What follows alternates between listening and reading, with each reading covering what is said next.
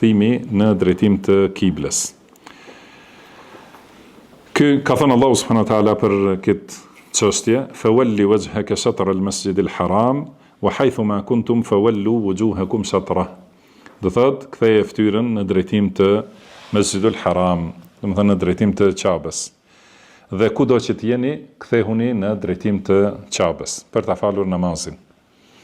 Dhe në hadith që e ka mësuar pejgamberi sallallahu alaihi wasallam një person që nuk ka ditur të falet ose është falur keq, i ka thënë idha qumta ila salati fa asbigh al-wudu, do të thënë kur të çohesh për të falur, plotsoje avdesin të plot, thumma istaqbil al-qibla fakabbir. Pastaj ktheu në drejtim të kibles dhe merr tekbir.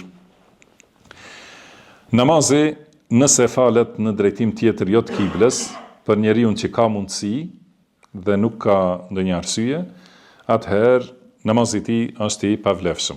Do të thënë, pra ky është kusht dhe kushti do thotë duhet patjetër të plotësohet. Kurse arsyeja mund të ketë një njeri që është në vend huaj dhe nuk e di drejtimin e kibles. Nëse mundohet ta gjejë kiblen, edhe përpiqet me atë që ka dituri dhe mendon se është në një drejtim, falet në atë drejtim, atëherë namazi i tij është i plot edhe nëse e ka gabuar kiblen.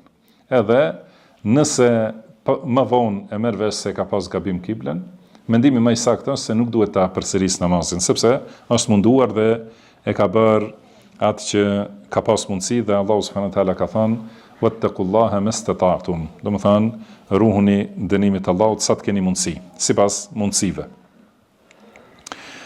Për kiblen pejgamberi sallallahu alaihi wasallam kur është falur në Mekë, e ka pas obligim që të falet në drejtim të al-Masjidul Aqsa. Dhe është falur gjithmonë mes shtyllave, do të thënë të gurit zi dhe Ruknul Yamani. Do të thënë, përndryshe këtyre i thuhet kësaj pjese i thuhet mes dy shtyllave, sepse pjesa tjetër është rrethore, do të thënë e Ka'bes, kurse këto dy shtylla, që është shtylla ku gjendet guri i zi dhe shtylla ku është që quhet shtylla e Yemenit, do të thënë ose Ruknul Yamani. Do të është falur aty pejgamberi sallallahu alaihi wasallam që ka qenë në drejtim të Masjidul Aqsa dhe e ka pas përpara Ka'ben. Do të thënë sa ka qenë Mekë. Mirë po kur ka shku në Medinë, do thot Medinja është mes Kudsit dhe Mekës. Edhe nuk ka mundësi që t'i ketë të dyja përpara, do thënë ta ketë edhe Ka'ben edhe Masjidul Aqsa, dhe prandaj ka vazhduar të falet në drejtim të Al-Masjidul Aqsa. Dhe kjo ka qenë, do të thënë, dhëmsuri edhe përmallim prej pejgamberit sallallahu alaihi wasallam që ta ketë drejtimin ka xhamia të cilën e ka ndërtuar Ibrahimi alayhi salatu wassalam. Dhe kështu ka vazhduar 16 ose 17 muaj pas hijretit, do të thënë në Medinë, është falur në drejtim të Kudsit, që i bie, do të thënë se ka pas shpinën në drejtim të Mekës. Dhe vazhdimisht ka pas dëshirë që t'i vijë urdhri të drejtohet në drejtim të Mekës, dhe pastaj Allahu subhanahu wa taala e ka zbritur këtë ajet që thotë qad nara taqalluba wajhika fi as-samaa falanuwalliyannaka qiblatan tardaha. Do të thënë, e shohim kthimin e fytyrës tënde ka qielli, vazhdimisht do të thënë duke prit të vijë shpallja, dhe ka thënë do të japim një kible që me të cilën je i kënaqur, fawalli wajhaka shatr al-Masjid al-Haram, do të thënë ktheje fytyrën në drejtim të al-Masjid al-Haram, wa haythu ma kuntum fawallu wujuhakum shatrahu. Dhe kudo që t'jeni, kthejni fytyrat në drejtim të al-Masjid al-Haram.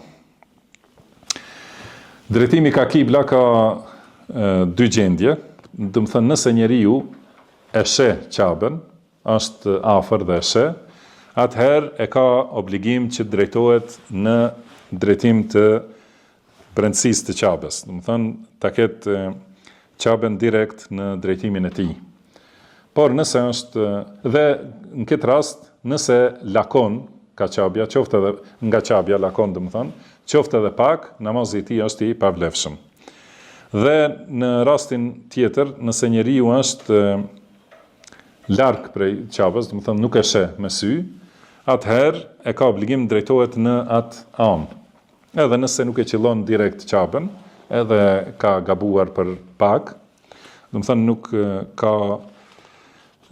nuk ka përgjegjësi ose nuk ka obligim, do të thënë që ta qëlloj direkt qabën nëse nuk është duke e parë, por vetëm anën e saj. Edhe kjo me ixhma, do të thënë gjithë dietarët janë të pajtimit se nëse safi që është larg qabës, nëse është më i gjatë, mund të jetë disa herë më i gjatë se sa është qabja, edhe është safi i drejtë, do të thënë padyshim se dikush është në drejtim, dikush është direkt ka qabja, dikush është në atë drejtim, por jo direkt. Por me ixhma do të thonë se lejohet ky saf, do thotë i drejtë edhe nëse është më i gjatë se qabja.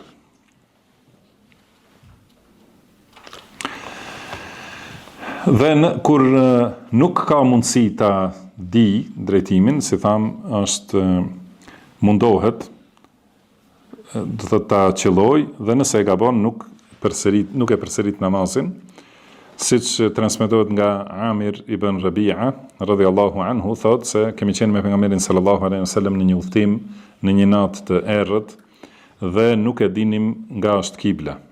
Kështu që disa njerëz prej nesh u falën secilin vete dhe secilin drejtim tjetër, duke menduar se është kibla në atë anë. Dhe në mëngjes ja përmendëm pejgamberit sallallahu alaihi wasallam, atëherë zbriti ajeti fa aynama tuwallu fa thamma wajhu Allah. Do të thonë ngado që të ktheheni është fytyra e Allahut. Dhe do të thonë pejgamberi sallallahu alaihi wasallam nuk i ka urdhëruar që ta përsërisin namazin. Po ashtu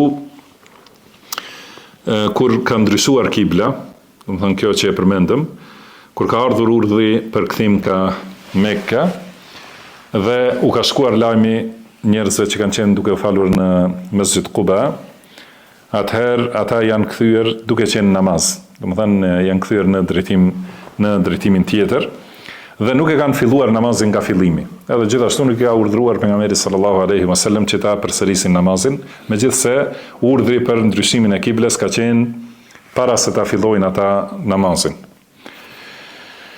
Tjetër kur lejohet mos jetë njeriu nga kibla është nëse fal namaz nafile në mjetin e udhëtimit.